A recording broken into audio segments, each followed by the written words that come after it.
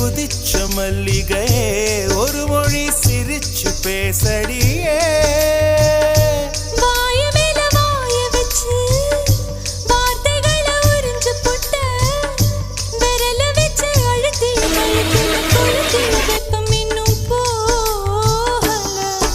அடியும் போல செவப்பு இல்லை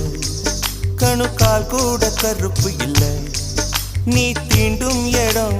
தித்திக்குமே இனி பாக்கி உடம்பும் செய்ய வேண்டும் பாக்கியமே குறுக்கு சிரித்தவளே என்ன குங்குமத்தை கரைச்சவளே நெஞ்சில் மஞ்சள் தைச்சு குடிக்கையில் என்ன கொஞ்சம்